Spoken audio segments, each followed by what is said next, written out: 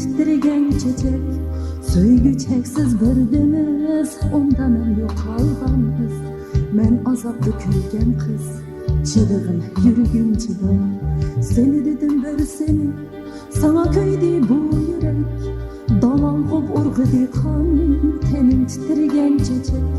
Söygü çeksiz bir deniz, onda men yo'qolgan biz.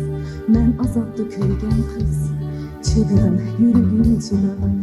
Körüşkende işkimiz, dolqınıgan söygimiz. Külgen tuğuh bəxtimiz, çılgın yürügüm çılgın. Bahar ketdi, küz keldi, bu istek ümit öldü. Kömüldü kargaca, özem boldum elvida. Körüşkende işkimiz, dolqınıgan söygimiz. Külgen tuğuh bəxtimiz, çılgın yürügüm çılgın. Bahar ketdi, küz keldi, bu istek ümit öldü. Kömüldü kargaca, özem boldum elvida.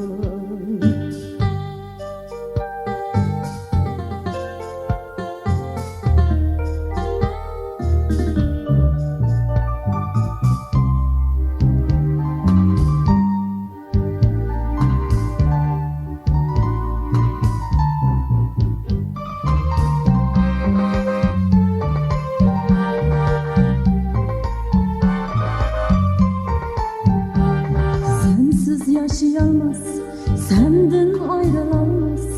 Hicran canlı alamaz, çılgın yürügüm çida.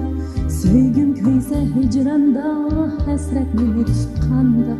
Yarını eslep turganda, çılgın yürügüm çida. Sensiz yaşayamaz, senden ayrılamaz.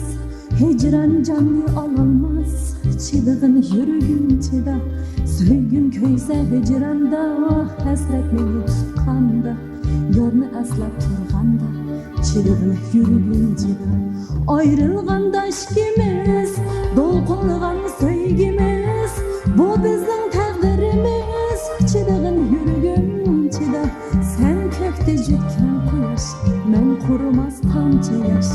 Barcha gullar eldi bosh, o'zim bo'ldim elvida. Ayrılganda işkimiz, dolqınlıgan söygimiz. Bu bizning taqdirimiz, çılgın yürügüm çida.